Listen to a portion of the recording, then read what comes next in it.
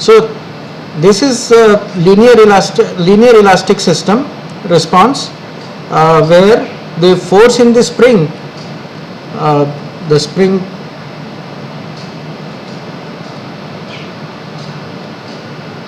right? So this is the force and this is stiffness K. So force in the spring is proportional to the deformation, and this slope is defined by the stiffness of the spring, right? So as you keep on loading the system, the force, the deformation would be in proportion to the force applied, and as you keep on deforming the system, the resistance in the spring would be proportional to the deformation in the spring, and as you remove the complete force, there will not be any residual deformation in the system. System will come back to its undeformed configuration without any deformation visible or residual whatsoever. But in case of there can be another system, for example, the most common example,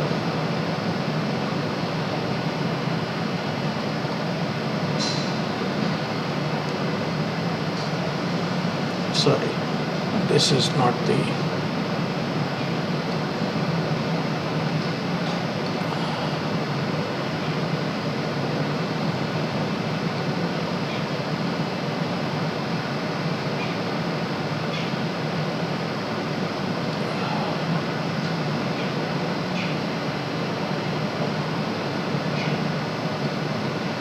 something like this.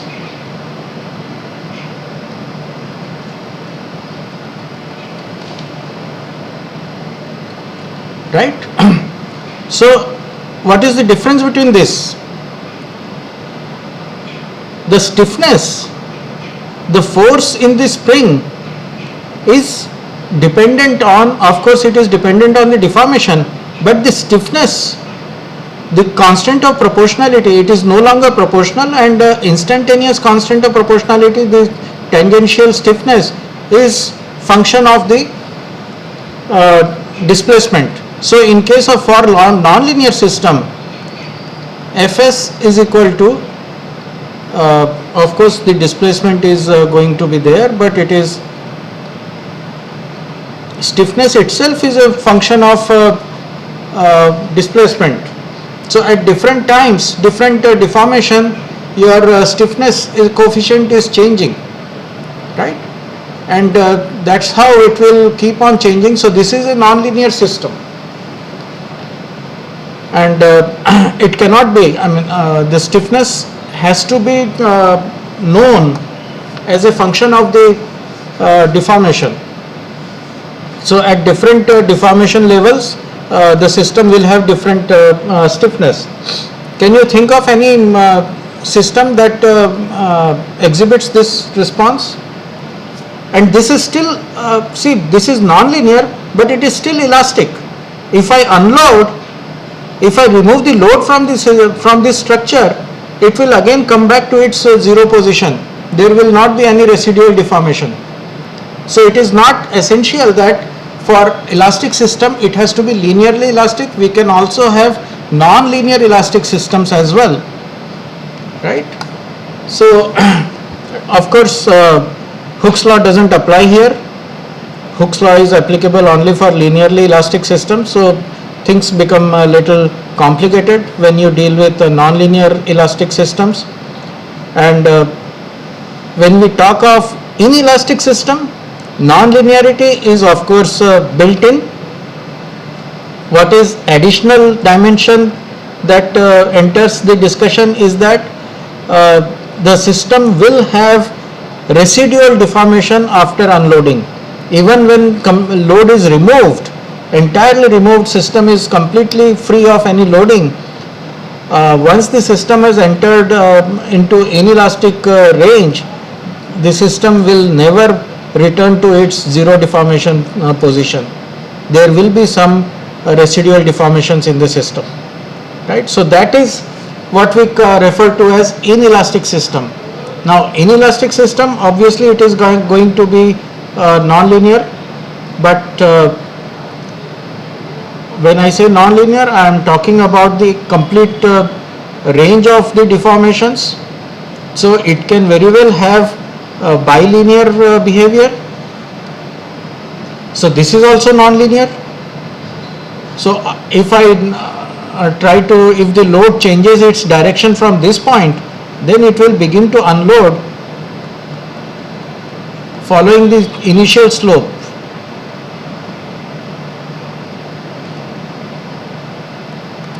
And this is the residual deformation.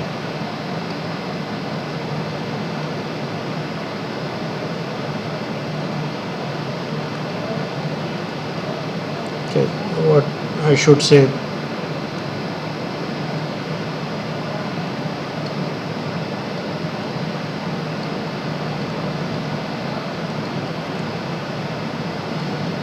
Residual deformation, right? So this residual deformation is what makes a system, inelastic system, different from elastic system. For elastic systems, there will not be any residual deformation. It can be a linear elastic system, it can be a non-linear elastic system. But for inelastic system, there is going to be, inelastic system, it can be, system can be linear in different parts. For example, in this case, it's one kind of linear system for deformations up to this, it is another kind of linear system for deformations up to this. So it can be linear in parts, but taken as a whole, it is not the single straight line. So we cannot say that spring force is proportional to the deformation all through the range, through the complete range of deformation, and hence it is the constant of proportionality keeps on changing, and hence it is a function of deformation, and it becomes a non-linear system. So for an inelastic system, it is of course essential that system has to be non-linear, but a non-linear system can be an elastic system as well. So did I answer your query, Mohan? Yes, sir. So in your response spectrum computation, you need to change this term KV. That has to take into account this kind of behavior. Of course, this is bilinear. What you need to do is this elastoplastic behavior, right? So that yield force is known after this yield displacement. Whenever your displacement is more than this yield value, the force in the spring is constant. It no longer is proportional to the deformation. It is held at a constant value, right? So you can refer to this very interesting discussion, very elaborate discussion in the book by A.K. Chopra. Actually, you can read about R mu T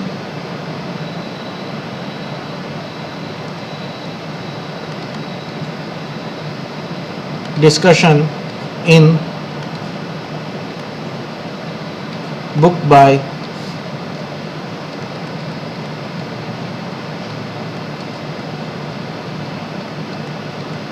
A.K. Chopra, and it also talks about inelastic response computation.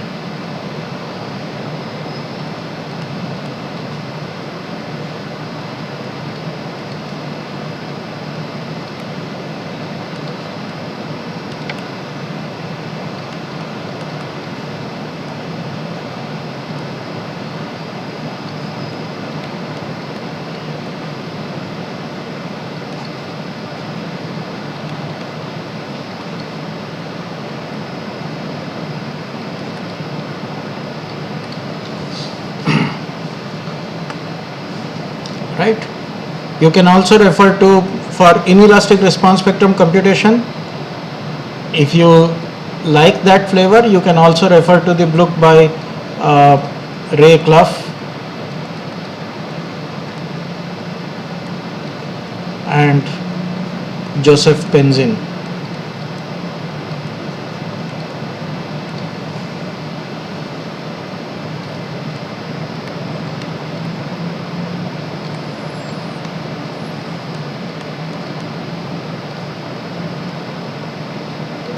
Dynamics of structures.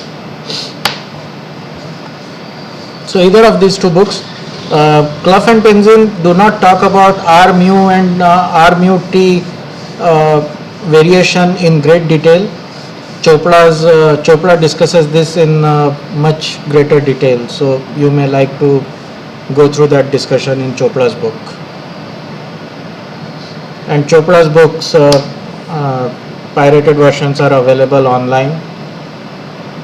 So if you have access, I mean, its Indian reprint is Indian edition is available, so it might be a good investment for you to get hold of a copy of this book. It will serve you in good state. It's a very, very handy reference for basic earthquake engineering and dynamics of structures. So, any questions? Sir, so our elastoplastic system here is still linear, but it's inelastic. Yes, it is linear in parts. Okay. It is linear in parts, but if you consider the total deformation range, then it is not the constant proportionality, isn't it? There is it is not defined. The complete load deformation curve is not defined by a single constant of proportionality. There are different constants for different deformation ranges, right? And therefore it is taken as a whole, it is a nonlinear system. It is not a single straight line, but individually there are two different straight lines. Okay.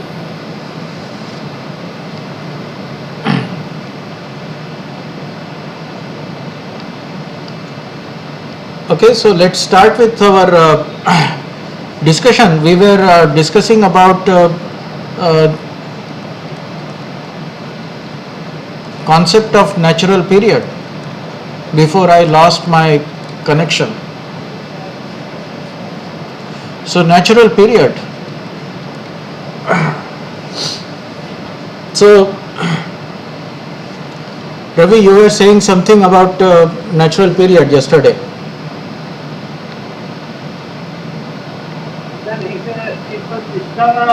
With only initial conditions is a give only initial condition are provided to a system, and if it shows harmonic vibration, then the time period it takes to return from one position to that position only is called as time period.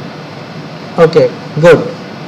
So critical part here is system should not be under the influence of any external force. You just perturb it from its state of rest. You perturb any system from its state of rest and then just observe how it behaves, right? This is very interesting. I mean, this is what I would think sociologists and psychologists actually do. If I need to find out, if I need to study the character of a person, I would keep that person in isolation and give some stimulus, just some impulse or something, some kind of stimulus. And then I will remotely observe how the person responds to that stimulus. And by observing the person's response, I can figure out a lot about the personality of that person, right? How the person will behave, what are his basic founding principles and thought process, how he thinks and how he responds to a particular stimulation. And that is what is causing this, allows us to call this, we are doing the same thing to the structures. Disturb it from the position of rest and then observe how do they do, and in doing that the structures reveal their internal characteristics, inherent characteristics, and those characteristics are what we call as those are natural to the structure, and that's why we call it natural period. Now what exactly do we do here is let us go back to our familiar example that we all know so very well.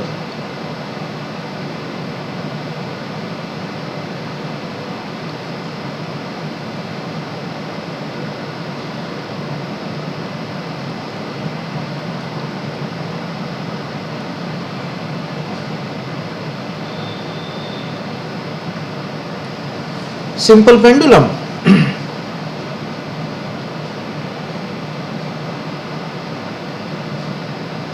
Okay, so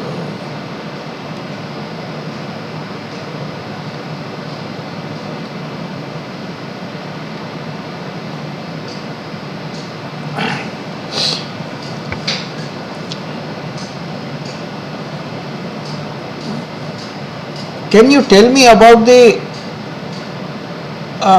motion of this pendulum? Little more detail. How do we set this pendulum in motion? We take this bob, move it to displace it by some amount, and then release it from here. That's all we do, isn't it? After that, the pendulum starts oscillating on its own, right? Now what kind of oscillation is this? Is there any simple name to this? Specific name for this kind of motion? Harmonic. It's- Simple harmonic motion. It's called simple harmonic motion. SHM, I remember the title of the chapter in physics book that we used to follow in our school. It was SHM, simple harmonic motion. So, what is the simple harmonic motion? Sir, when force is directly proportional to the displacement, means F is equal to minus omega square x in case of SHM, means force directly proportional to it, then we call it simple harmonic. The force is directly proportional to deformation for all linear systems, and I mean it doesn't even have to be harmonic. We just saw that Fs is equal to k times v. This is directly proportional to the deformation. It doesn't even have to be harmonic.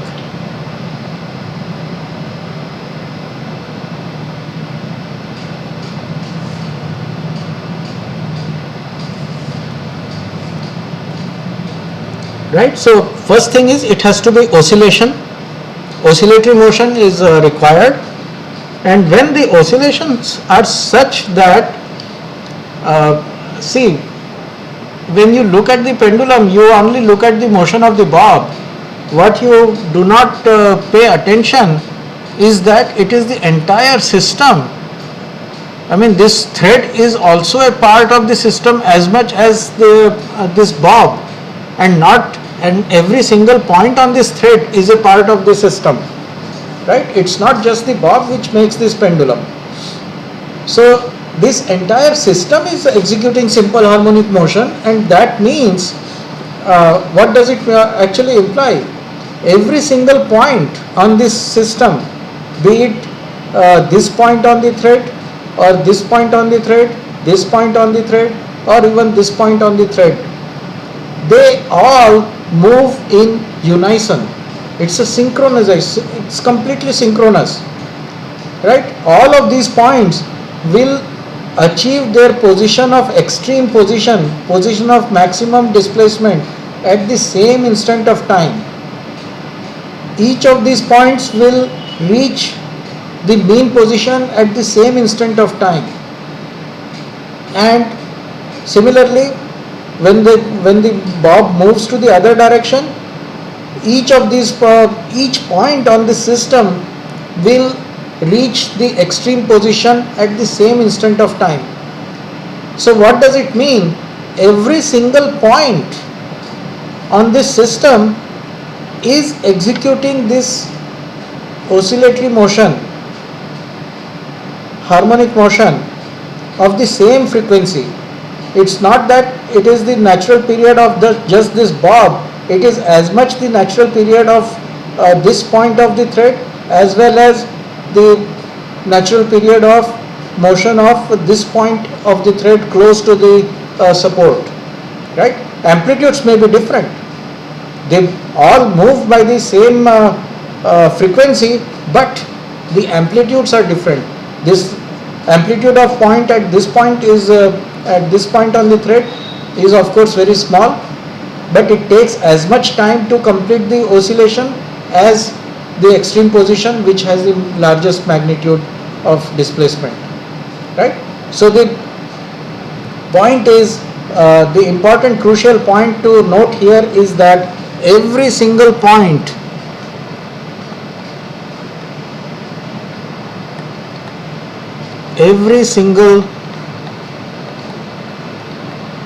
of the system executes. I wouldn't be satisfied by just saying SHM. I would qualify it as synchronous SHM, synchronous simple harmonic motion, so that every point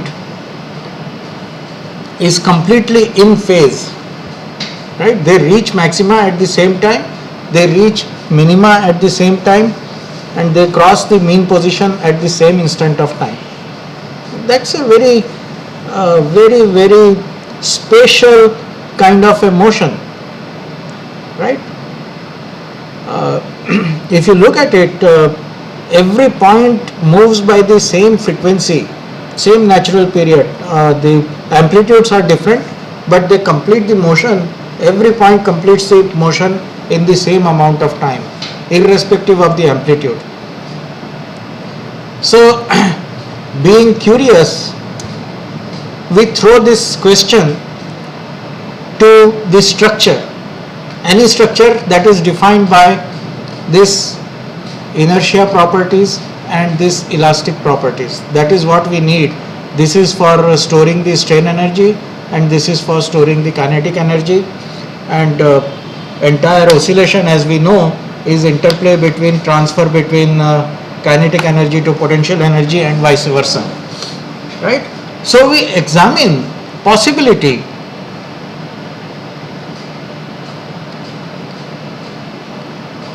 Does a structural system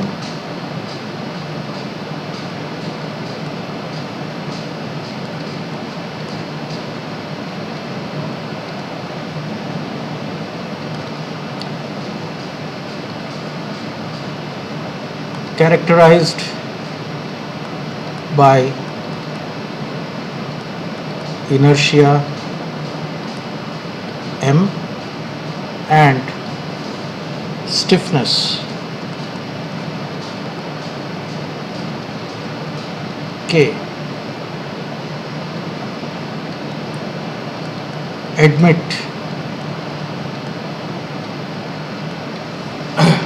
simple harmonic motion. So now I take this problem from the realms of physics, high school physics, into civil engineering, structural engineering, or any system. So real engineering world. So something, anything, you construct anything, it will have inertia and it will have stiffness. So now I throw this question, any system which is characterized, mechanical system which is characterized by its inertia properties, identified by, characterized by the mass matrix or inertia matrix M and the stiffness matrix K, does it admit simple harmonic motion? So the whole point of simple harmonic motion is that it has to execute motion at the same frequency. So this is defined by amplitude multiplied by sine omega t. Omega is the frequency of oscillation, it can be anything, and A is the amplitude. See, this is the amplitude at this point, this is the amplitude of motion at this point, this is the amplitude of motion at this point, this is the amplitude of motion at this point, right? So this is the amplitude of the point that we are looking at, and this point, every point moves. So the amplitude of oscillation may be different, but each of them move by the same amount of by the same same frequency of oscillation. So in this case I define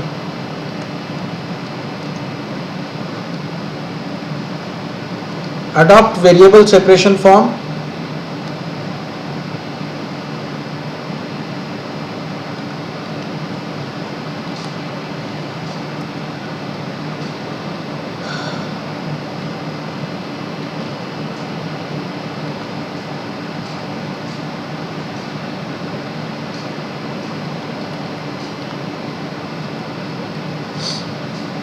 right.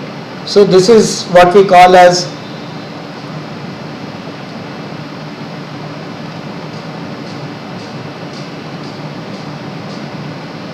variable separable form sine omega t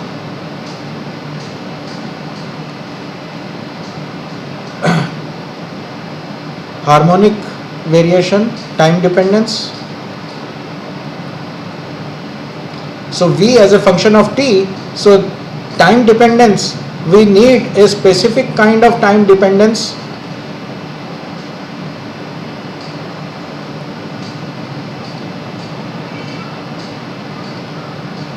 harmonic specifically. So that's by assumption, we are looking for only this kind of solution, simple harmonic motion. So we adopt a harmonic variation. Frequency is yet unknown, we don't know, but we know that harmonic motion has to be of this form, and phi is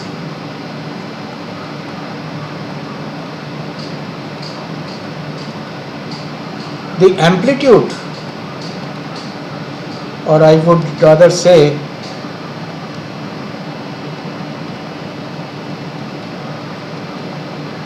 position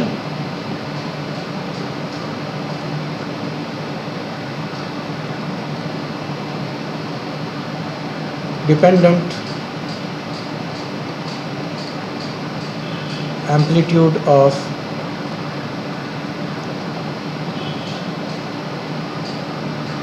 harmonic motion. So mass 1, for example, if I have this 2 degree of freedom system, so mass 1 may move by different amount, mass 2, or this is mass 1, so this is phi 1 and this is phi 2. So they may move by different amount, but they will execute by the same natural frequency. They will execute simple harmonic motion of the same natural frequency. So I would say phi 1 sine omega t. So this is what the motion of this mass is, and this is going to be phi 2 sine omega t. So time variation is same, it is harmonic of the same frequency omega. The amplitudes are different, exactly same way as we are so accustomed to looking at the motion of the simple pendulum. The frequency of oscillation is identical for all points, but the amplitude of oscillation is of course different for different points, and that is what we are trying to assume. So when this happens, and this has to be a free vibration, there is no external force, right? So free vibration.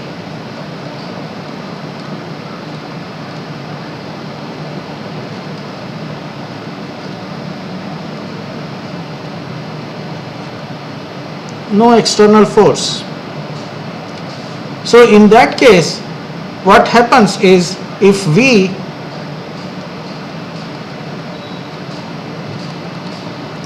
is considered as amplitude multiplied by a harmonic variation, then of course the acceleration is going to be minus omega squared phi sine omega t, right? So let us now look at the equation of motion for free vibration for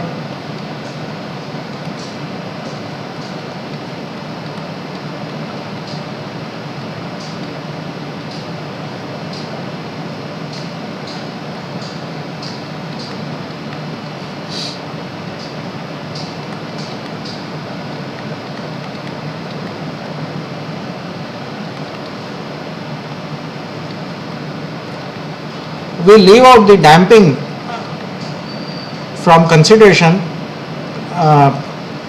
Just to simplify our discussion, damping is generally very small, so let us not bother about damping term. It is where the damping term CV dot is going to be numerically very small in comparison to either KV or KV double MV double dot. So it is generally not of significance. So we undamped MDOF system. So let's substitute for V and V dot. So we get minus omega squared m plus k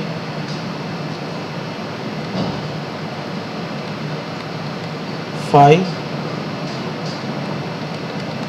sine omega t is equal to 0, right? So you have three terms on the left hand side, this matrix, this vector and this harmonic term, and right hand side is a constant vector of zeros. So this is entirely zero at all times. This is not a variation with respect to time or at any particular instant of time. Right hand side is zero at all times. There is no external force. So all these terms, they have to actually be such that this product would eventually end up being zero. Now when this happens, obviously sine omega t cannot be zero for non-zero value of omega and for any arbitrary value of time t, right? So sine omega t cannot be identically zero.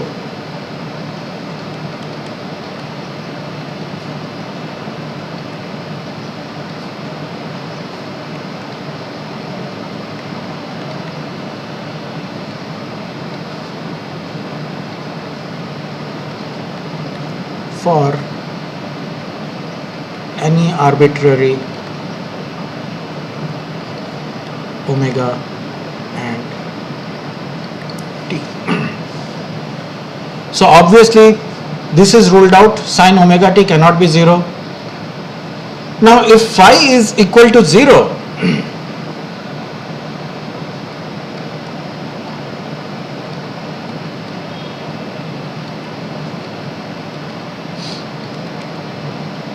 implies the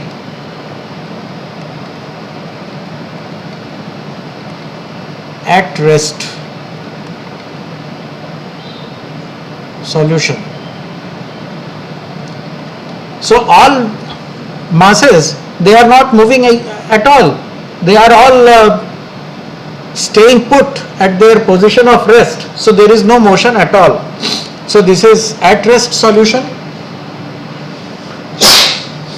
also referred to as the trivial solution.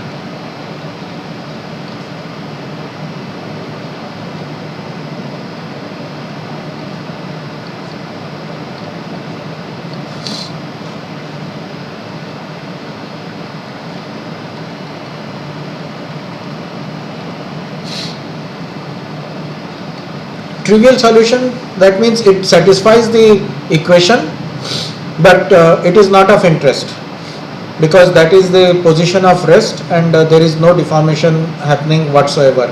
So that is not what you are looking for.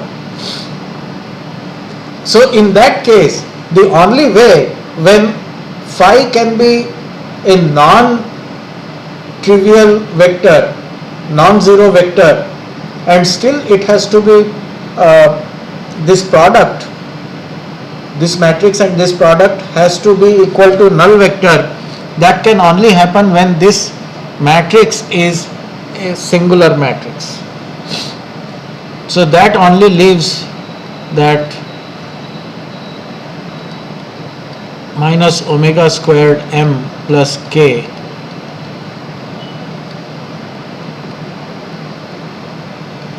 has to be singular. What it means is determinant of this matrix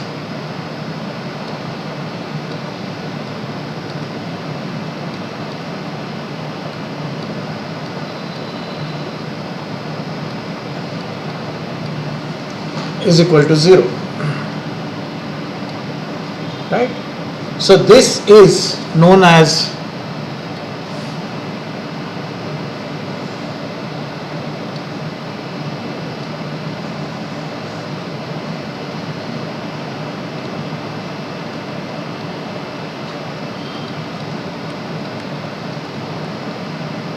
characteristic equation.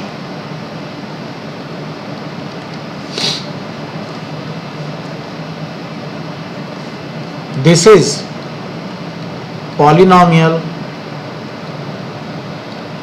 If you compute the determinant, it will be a polynomial of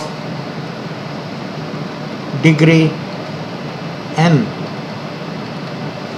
I mean, all of these matrices, M is n by n, K is n by n, and V is n by 1, V dot is n by 1. So determinant is of course going to be a polynomial of degree n in omega squared. So omega squared is the variable and of the polynomial and of degree n. So obviously it has to have n number of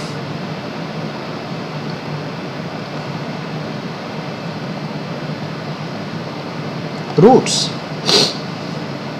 and these n number of roots, what does it mean? This essentially signifies that the simple harmonic motion of this system, it is possible for multi-degree freedom system characterized by inertia m and stiffness k to admit synchronous simple harmonic motion, but that is possible only at a certain natural frequencies, certain values of omega. It is not possible at any arbitrary value of omega. It can only happen when this matrix omega squared m plus k is singular, and when the matrix becomes singular only when the determinant of the matrix vanishes.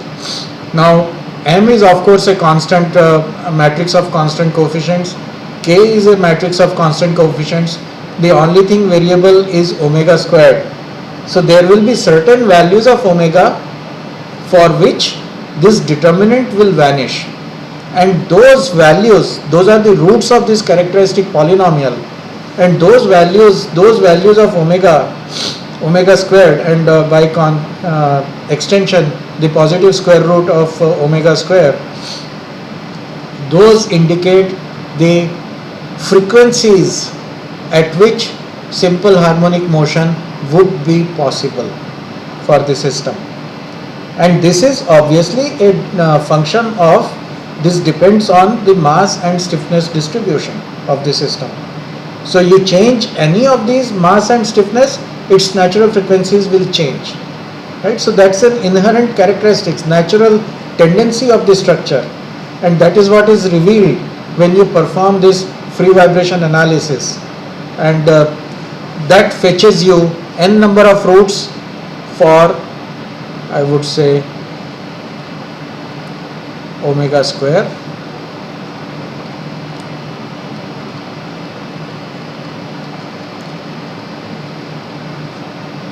positive square roots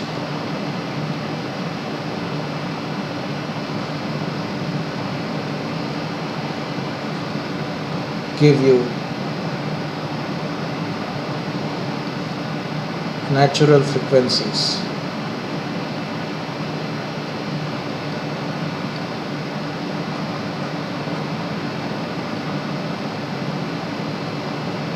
Of the system. So for a given mass and stiffness, the system will execute, and of course for negligible damping, that is an important consideration not to be left out. Fortunately for most of our structural systems, damping is very small and we can afford to ignore it out of consideration. Incorporating damping, we can do that, but it will make life much more complicated than it already is, I guess. So let's not make waters even murkier than they already are. So let's concentrate with undamped system. It is so for undamped system, for a given mass and stiffness, not undamped, for damping very small, we can look at what are the roots of this characteristic polynomial k minus omega squared m. Determinant is equal to 0. That will fetch us n number of roots of this polynomial for omega squared, and positive square root of this omega squared that we have computed, they are the natural frequencies of the system. And it implies that the system, yes, the answer to this question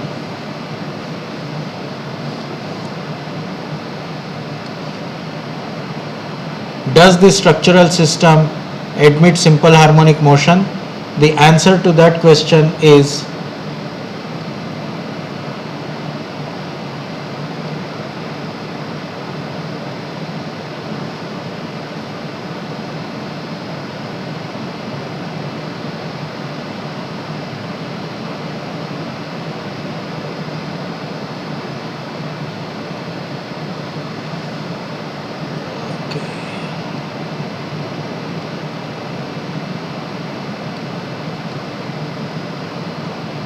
the answer to that structural system, that question is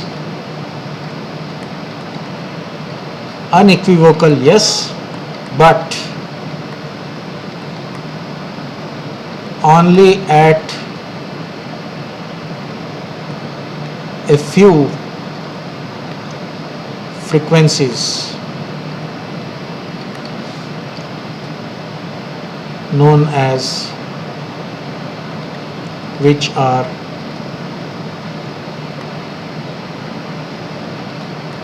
referred to as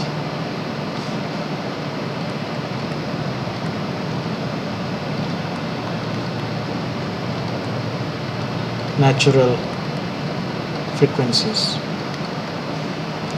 And natural frequencies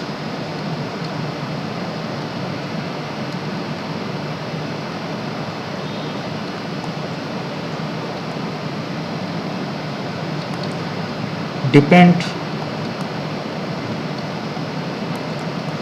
on the distribution of inertia and stiffness properties.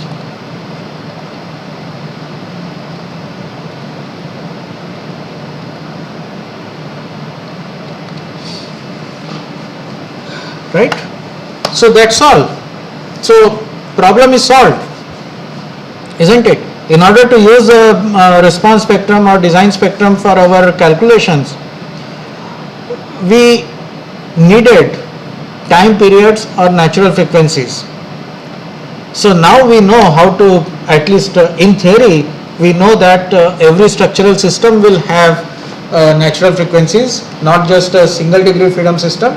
Multi-degree freedom systems will also have natural frequencies, and those are given by the positive square root of the roots of characteristic polynomial. And the idea, the problem is we call it as a characteristic equation, and this is also known as the eigenvalue problem.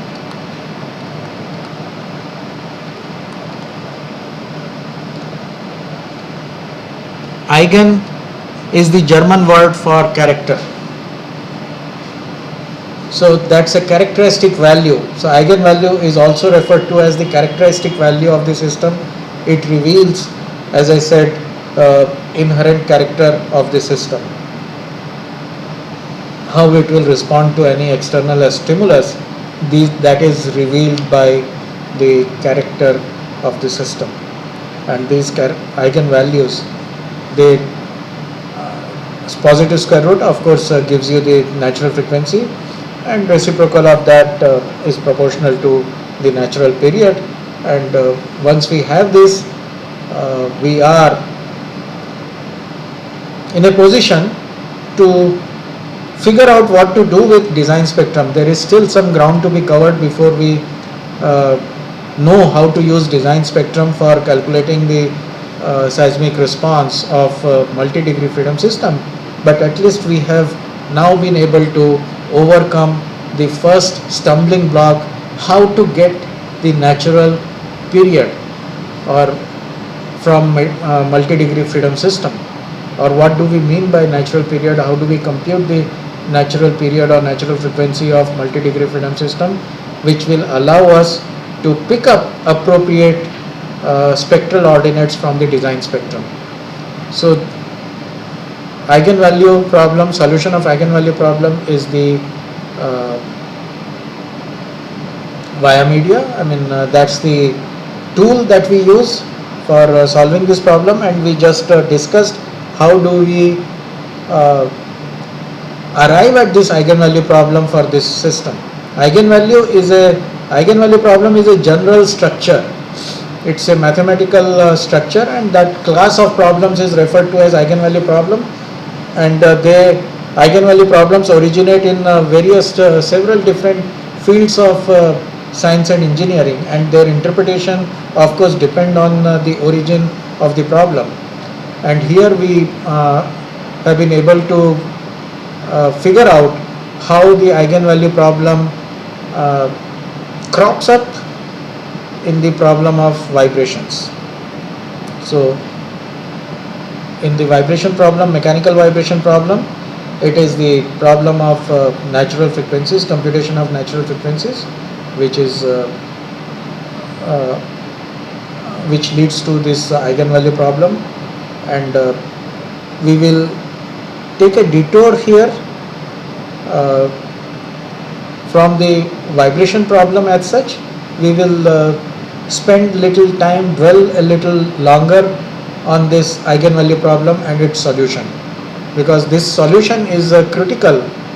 Unless we have now been able to establish the eigenvalue problem, but we still haven't, we know that solution of this eigenvalue problem is going to give us natural frequencies and natural periods, but we still haven't actually talked about how do we solve this eigenvalue problem, because it may appear like this is a matrix equation, and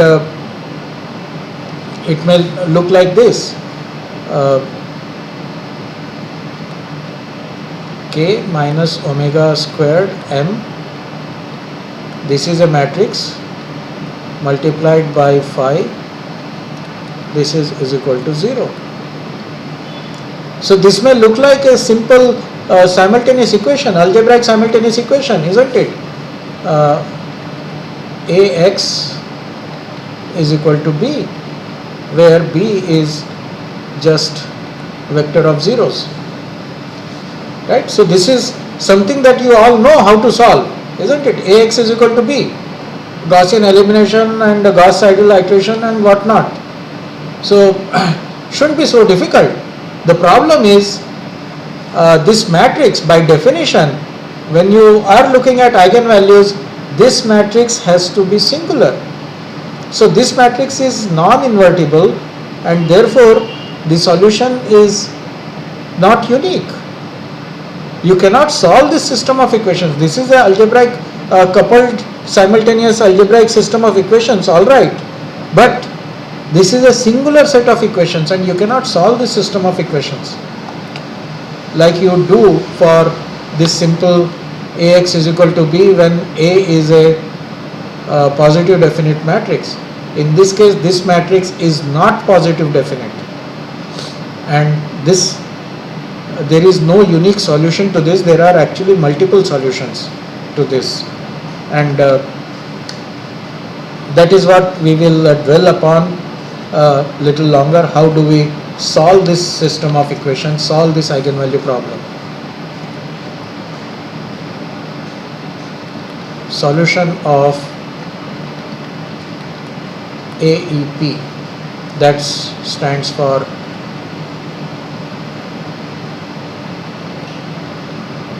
algebraic eigenvalue problem.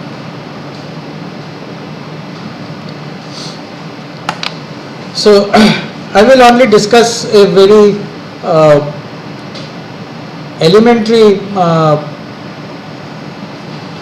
issues in solution of eigenvalue problem. This topic will of course be dealt with in greater detail in numerical methods course. So I will leave that to leave a more detailed discussion of this eigenvalue problem to Ashwin.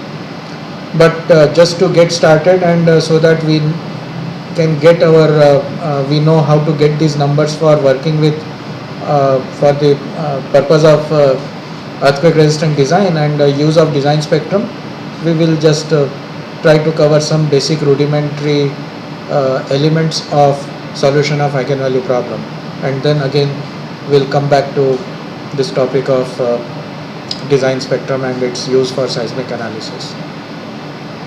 So I will stop here now. Any questions?